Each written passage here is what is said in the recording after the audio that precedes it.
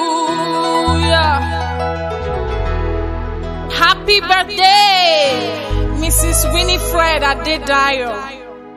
Temitope Omolara Shake. Omo Adelani. Today is your day. And we will gladly rejoice in it. Let's worship God together. God is good. God is good. Oluwa ṣeun lórí ayé yín. 60th. Hey. 60 ọgọ́ta ọdún. Ẹ̀dẹ̀ dàbí sweet 16. God is good and fresh. Hey, ọmọ pọ̀. Hallelujah. Ọba tá kò lè rọ̀ lóyè. Alágbára tá kò lè ṣẹ́gun ní. Ìjọba rẹ̀ dùn mọ́ wa yéye o. Máa jọba lọ, Olúwa.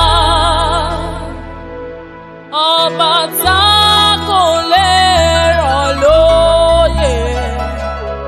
Alágbára tá kò lè ṣẹ́gun ní. Lórí Adédayọ̀ ìjọba rẹ̀ dùn mọ́ wa yéye o. Máa jọba lọ, Olúwa. Olúwa,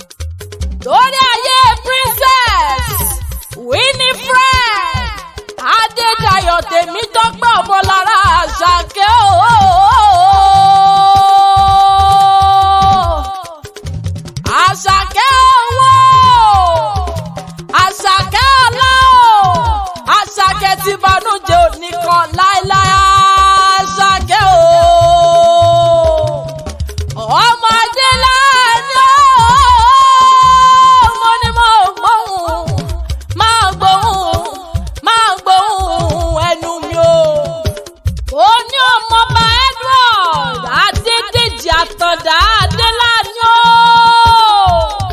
Mo níran bàbá tẹ̀yìn ní joyè ní dádé nílẹ̀ Òwu. Mo ní máa ń gbọ́ ọmọ Madam Victoria Mọ̀kẹ́ Adélàní o. Ìyá Fọláṣadé Ọlátòbí Àjọkẹ́ Fárínú ìyàwó Marcello Stopelli. Mo ní ìyá Babájídé Ọlájúwọ̀n ìyá Ọlọ́ládé Adéṣẹwà Fárínú.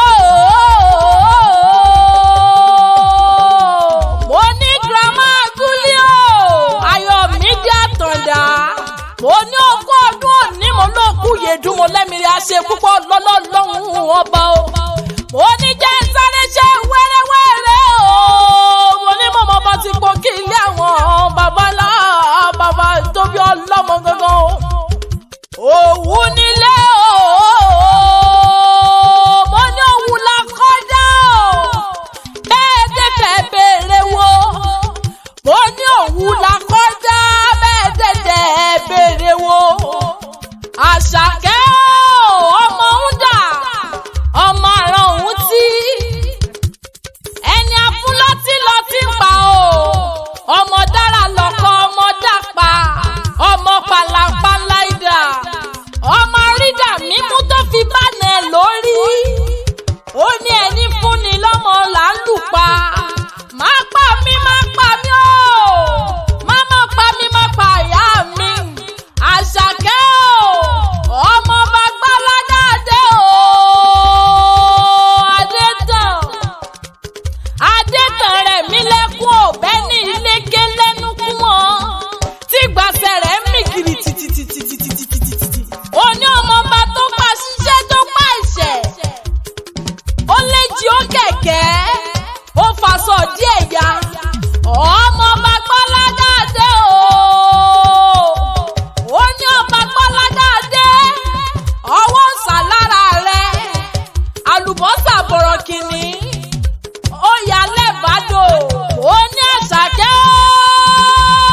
Mo ní ṣe bí wọn lọmọ tó yọwọ́ ọṣẹ tí gbogbo ọkùnrin pa lọ́lọ́.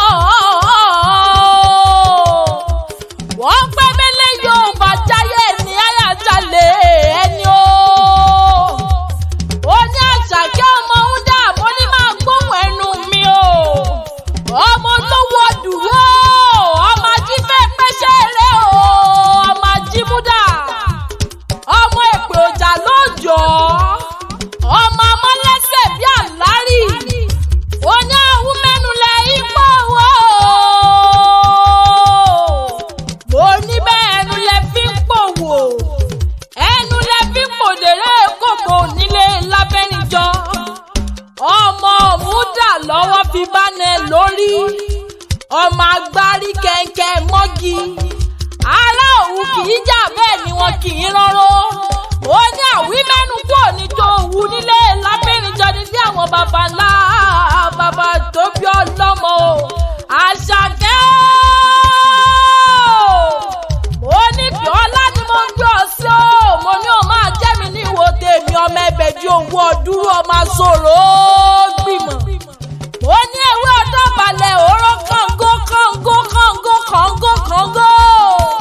Mo ní ògbìgbó balẹ̀ òró gbọ̀nrànràn gbọ̀nrànràn gbọ̀nrànràn gbọ̀nrànràn.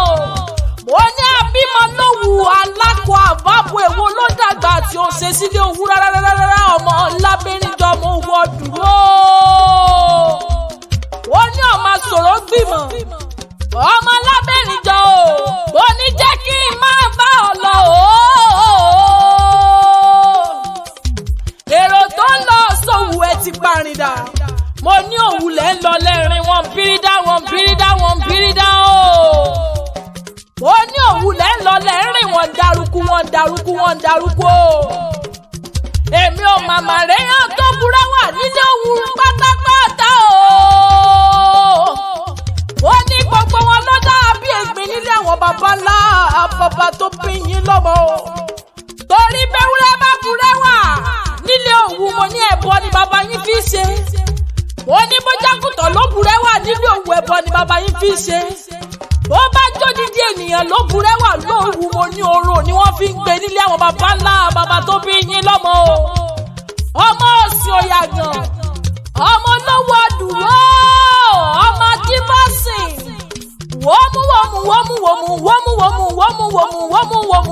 wọ́mú lóró òkè. mo ní àgbà tí ń ṣe wọ́mú mo ní ṣe mo mọ̀ ọ̀kan sọ̀rọ̀ jẹni nílé àwọn baba tó bí ọlọ́mọ gangan o. òwú kì í jà mo ní bẹ́ẹ̀ lẹ kì í rọ́rọ́. àwí mẹ́nu kú òní tó wu ọmọ lábẹ́rẹ́ jọ ọmọ ajíbọ́sìn ọmọ sòyàgàn. mo ní ọmọ atẹ́wọ́gboyè ọmọ àfìrọ̀gboyè ọmọ àsùnkúngbàdé o. ọwọ́ mẹ́wẹ̀ẹ̀wá lẹ ìjẹ́wọ̀gboyè nílé àwọn baba tó bí yín lọ́mọ gangan o. òwú la kọjá o.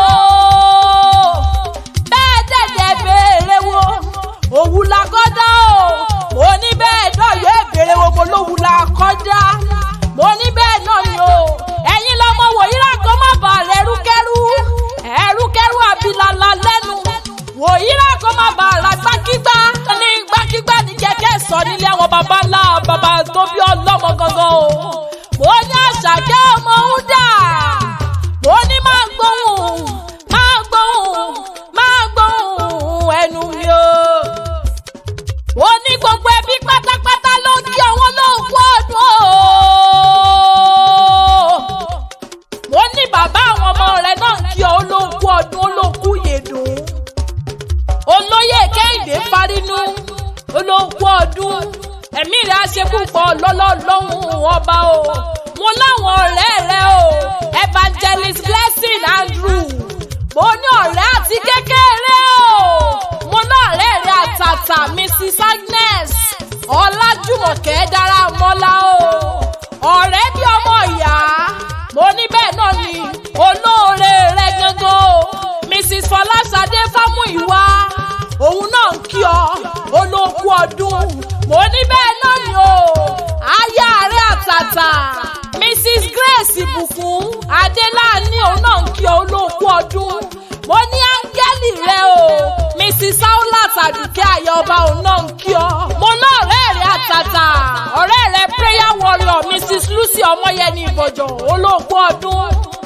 mo ní gist partner ọ̀rẹ́ rẹ̀ o tó ti wá dẹ̀jẹ̀ rẹ̀ pátápátá Mrs Olúwayẹmísí Mákindé Adébọ̀.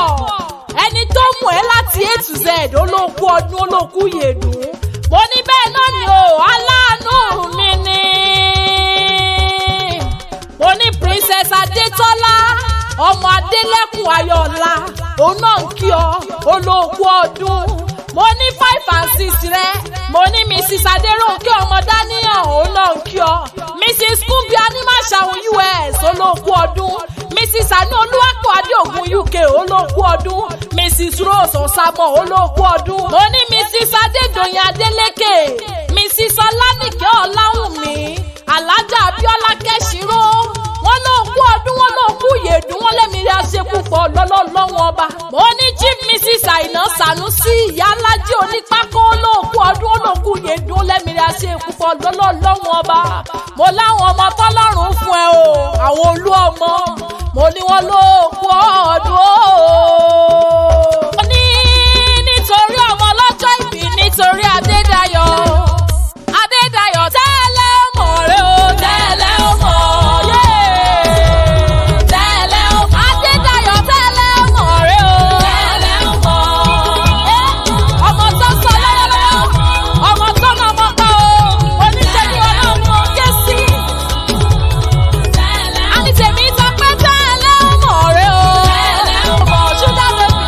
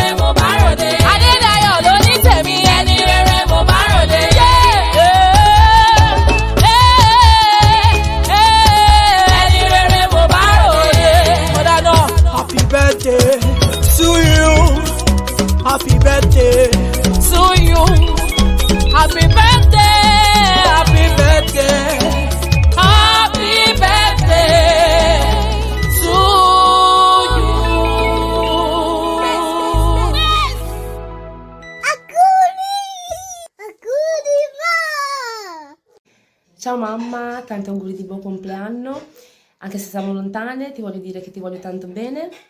Wishing you everything happy on your special day. Ti auguro tanta felicità per il tuo giorno speciale. Auguri di 60 anni. Ed eccoci ai 60 anni. Buon compleanno mamma. Many happy returns of this day. E dal figlio perfetto tanti auguri. Tanti auguri di buon compleanno mamma, sono 60 anche per te. Mua. Ciao Winnie, tanti auguri per i tuoi 60 anni, ti vogliamo bene e sei una nonna speciale. A presto, ciao!